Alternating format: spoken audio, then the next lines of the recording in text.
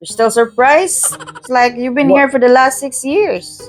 Yeah, but I've been in America for the last 39 years. You know what I'm saying? It'll probably take half of my life living here in the Philippines to get used to everything that's really here in the Philippines and how things are. You know what I'm saying? Like yes, babe, I am still surprised every time I look at certain things.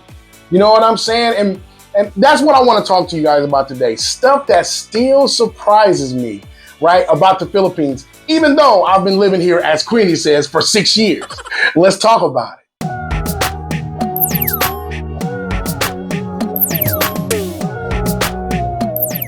An example of what still surprises you. Okay, you want an example? Sure. Example number 1.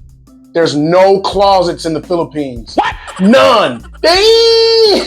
But people in the Western world, there is a place to put your clothes. They have in the Philippines, in most houses, I'm not going to say in all houses, but in most houses in the Philippines, they have these big cabinets for clothing and stuff. They don't really have like the walk-in closets like in America. Also, we use the Oricons. Are you guys familiar with Oricons? I love Oricons because they're light.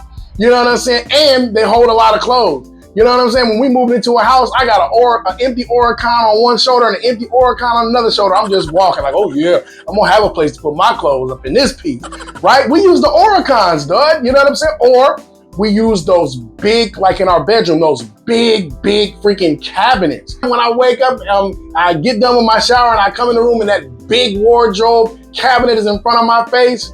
It's a reminder that no, you're not in America no more. But let's step out of the bedroom for a moment or wherever and go on outside. And if you go outside at this time of the month in the Philippines, this time of the month is election season. In the Philippines, they are still using those big, loud PA systems and they have trucks driving down the street. And then you hear the music. So that trips me out. I'm like, whoa, they are really making sure that they get voted for, okay? And whoever's got the loudest system, that's who gets the most attention during voting season. Okay, so we live in an open area or whatever, so all morning from about probably like 7 to 9, we hear all kind of different election trucks coming down the road. It's a really old school, right, traditional way of campaigning. Okay, it's not really like in America where everything's pretty much online or they have different means of, promoting, they doing a lot of commercials and stuff like that. Nah, in the Philippines, they come right into your neighborhood still. They have their truck, they have their loud system, they have the big pictures of whoever the politician may be, right? That's trying to get your vote. They really take elections serious here. I think the reason why that is because people in the Philippines want change. People in the Philippines want very good politicians to start helping to rebuild the country. They want politicians who are going to really keep the promises that they make. So they put a lot of faith in the person that they're voting for. And Filipinos are very loyal to that, particular team that they're voting for, whatever. They stay super loyal to them. Okay, that's something I noticed as well. And they go to houses, right? Or their house to house, right? Hello, ma'am. Do you want to vote for me? No, bye. Boom. No, I'm just playing. Or give me something. What are you supposed to give them quarter? For their campaign or what? Tell the mayor gave me cash and I'll vote. Oh yeah, exactly. You hear what Queenie says? Give me money and I'll vote for you. Damn, that's not how politics are supposed to go. Let's move on. She's crazy. Yeah. While those trucks are screaming and blaring loud outside, let's talk about one of the fears, okay, of the Filipinos inside, okay? The fear of speaking English. Why does it surprise me? Because let me talk to my kababayan out there. You guys speak English fine. We understand every word you're saying, dude. But you guys don't really like to speak English. I noticed that. And you guys speak it well.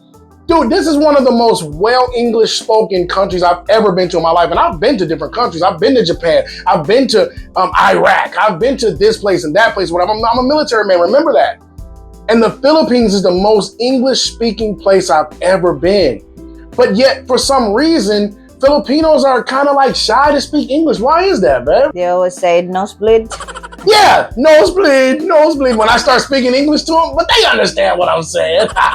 Well, maybe part of that is because, they're not used of speaking English. Oh, like used to practicing speaking it every day, right?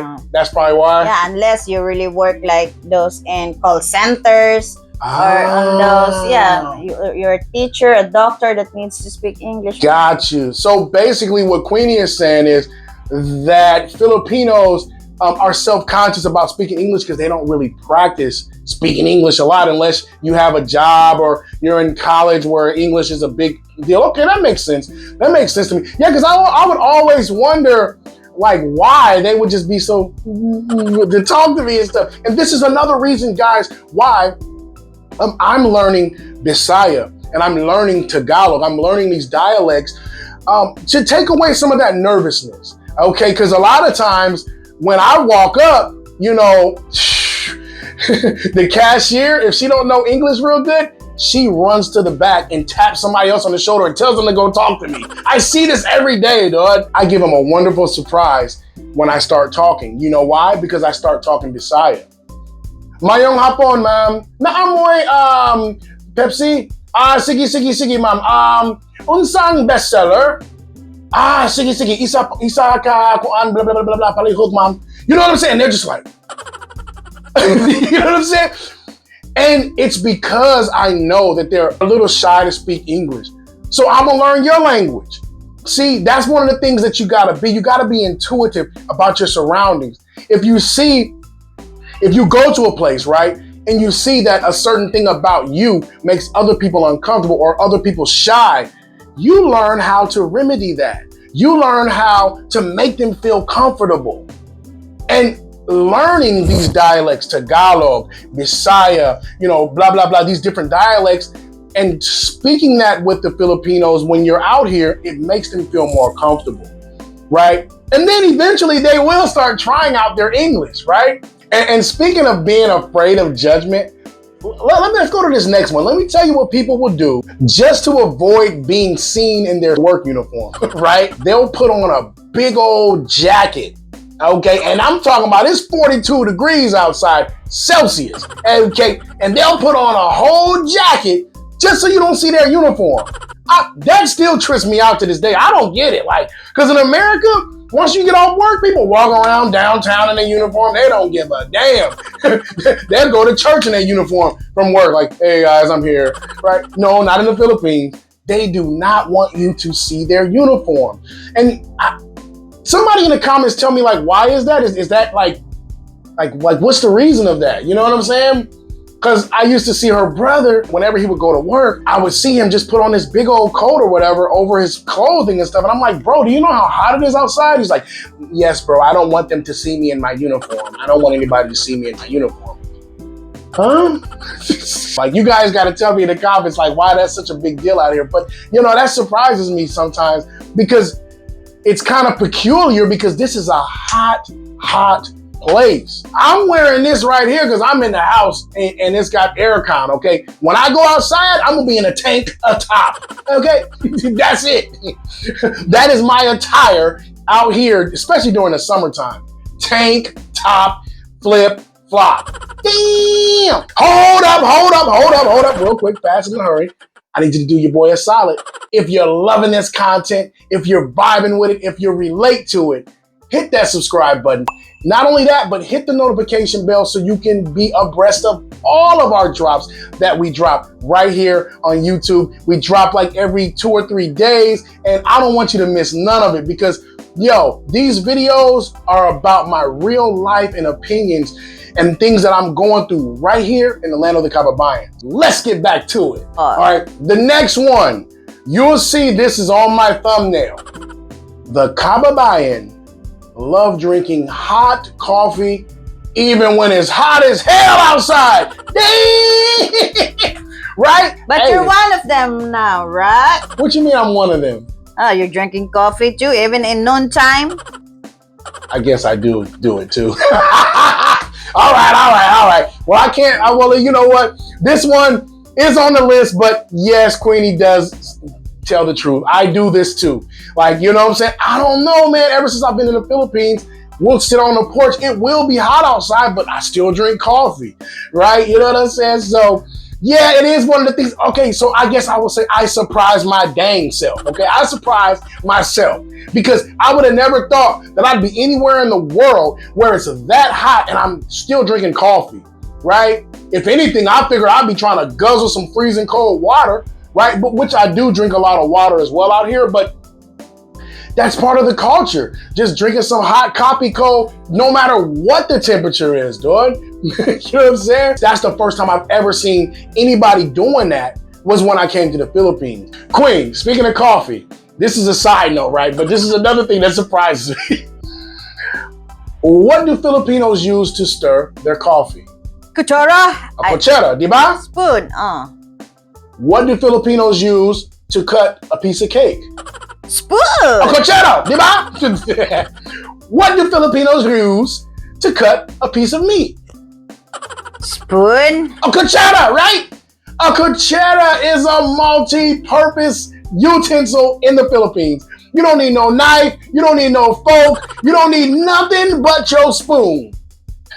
Here in the land of the Kababayan, the spoon is the most popular thing, dude. Yes, they do use forks. Yes, they do use knives and all that stuff. But for the most part, I've seen them use spoons, dude, for all of these different things that they want to get done with food. They just use a spoon, right? I'm to the point, somebody make a big old apple pie for me, I grab a spoon. I'm making me a crooked piece with the spoon, and I'm going to scoop it out and get my grub on. You know what I'm saying? We're just lazy to get a knife.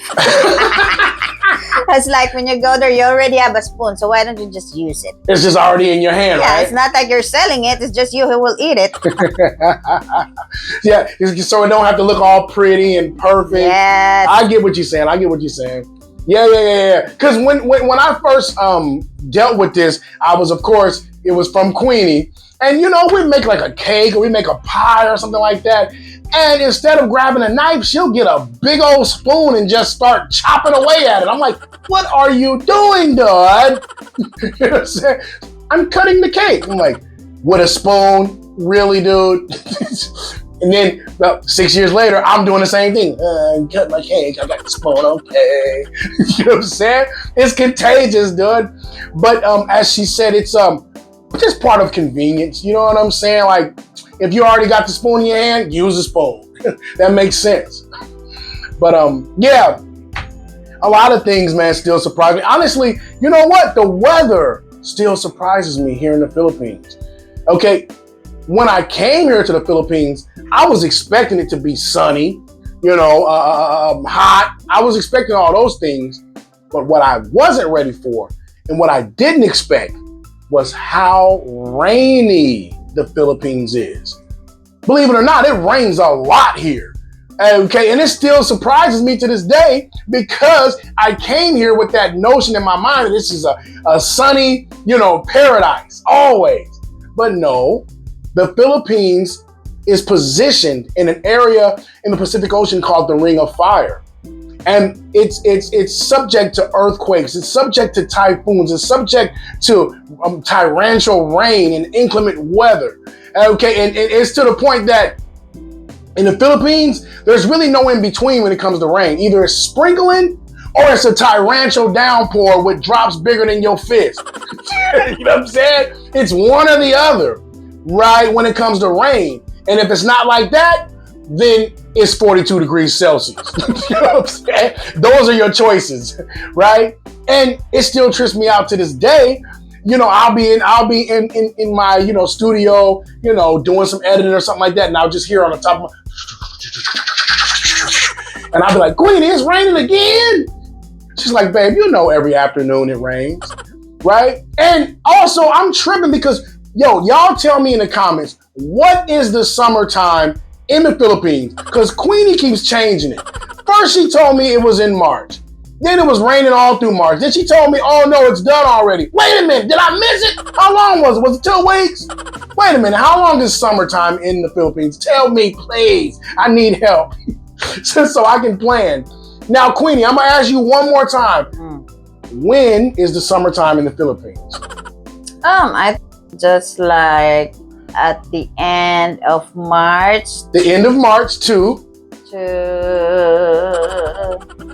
back to school. September? At the end of May. Because June is back to school na. So And that's summertime. So from the end of March to the end of May is summertime. Maybe like around 1 month I'm and a doing my half, math. maybe. Maybe like 7 weeks. I don't know. And that's the summertime? Oh, and you know, it's like every now and then maybe it will have thunderstorms. Yeah. Trips me out, man. It trips me out. But yeah, that's something that really trips me out. And it seems as though, you guys can tell me if you agree in the comments, but it seems as though the rainy season is getting longer and longer in the Philippines. Am I right? And then the summer season is getting hotter and hotter. You know what I'm saying? So when you come here, just be ready for that, okay? Hot as heck or rainy as heck, okay? You gotta be ready for this, okay? It still trips me out how beautiful this place is, man. When I'm talking about beauty, I'm talking about natural beauty, okay? We went to a place the other day. What was it called? Lasang Secret Adventure. Lasang Secret Adventures. Guys, this was the first time in my life, right? And you may laugh at me, okay? But listen, this was the first time in my life that I saw a real cave, okay? I've never seen that. There's bricks and concrete where I come from. No, this was like a freaking big cave like you see on National freaking Geographic or the Discovery Channel or something like that, right? And I'm talking about it's like big enough for a bear to fit in or whatever. I don't know what's in now, right? Now, if I was an adventurous type, I'd say, let's go into the cave and see what's going on. But I'm more like the type that doesn't want to get my ass bit off. So, you know, I don't go into caves, okay? But it was cool because I'd never seen one in my life. I had to come here to see hidden gems, right? To see enchanted lakes, okay? Different places that are ducked off that you wouldn't even think exist, like La Huis, where we went up a huge freaking mountain and then we came down, and when we came down, we looked down and it's a freaking paradise. These are the type of things that I see here in the Philippines that I ain't never seen nowhere else, man. The place is naturally beautiful, man. And as many ways as we can to preserve the natural beauty of the Philippines, we need to. And the urban areas, of course, you know, it needs development. People are going to work on that now and stuff like that. But the natural areas, breathtaking. Some of the most beautiful things and beautiful views that I've ever seen in my life, man. Yes, it still does surprise me that I live in a place that looks like something from a postcard, looks like something from a laptop screensaver, but you're really there in the flesh, feeling the breeze, looking around, feeling that intense Filipino sun on your skin.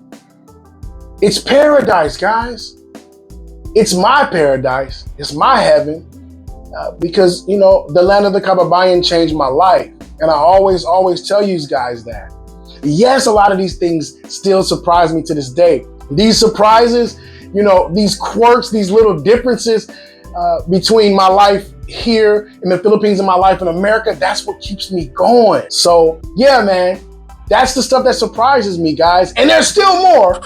So we'll do it on a part 2. We'll have to do a part 2. But for now, I want you guys to subscribe. I want you guys to like. And for all of my expats, whatever, that come to the Philippines, tell me in the comments what surprised you the most about being in the Philippines. And until then, check this video out right here. YouTube says to check it out. I say to check it out. So check it out. Peace, guys. See you later.